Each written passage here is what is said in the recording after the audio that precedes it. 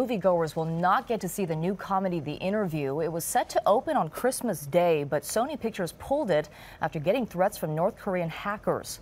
And tonight, the decision to keep the film out of theaters is getting blasted by many Americans, including Hollywood A-listers. KCAL 9's Peter Dowd is live tonight outside Sony headquarters in Culver City with reaction to the controversial decision. Peter. Susie, right now Sony has no plans to distribute The Interview in any way, including on DVD or video on demand. Meanwhile, U.S. intelligence officials have confirmed that North Korea was behind the cyber attack. An unprecedented change of plans today for a major movie release. Sony, caving under pressure, canceled next week's release of The Interview after the nation's 5 largest theater chains decided not to show it. The studio says in part, "We are deeply saddened at this brazen effort to suppress the distribution of a movie, and in the process do damage to our company, our employees, and the American public." Please remember, Kim Jong-un is a master manipulator. Hackers targeted Sony and the film, starring Seth Rogen and James Franco, for its depicted assassination plot of North Korea's leader. This week, they threatened moviegoers with violence reminiscent of 9/11. But tonight, President Obama told ABC News there is no credible threat to moviegoers. We'll be vigilant. If we see something that we think is serious and credible, then we'll alert the public.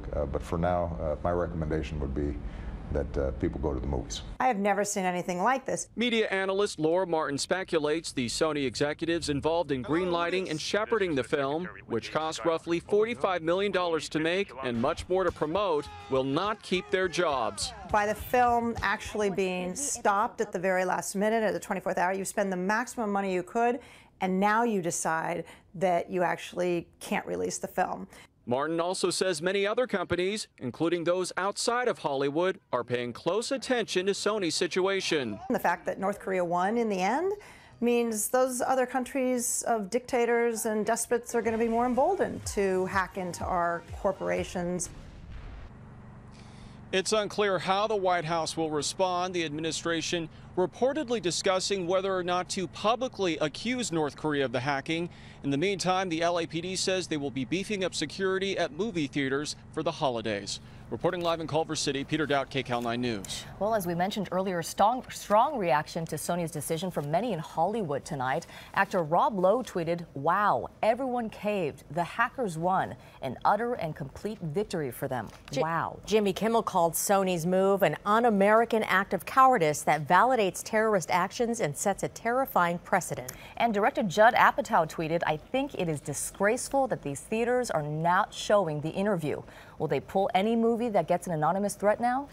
We want to know what you think about Sony's decision to pull The Interview. You can go to KCAL9.com and take our web poll and make your opinion count. Also, be sure to stay with KCAL 9 and KCAL9.com for continuing coverage of the Sony hack attack and the fallout.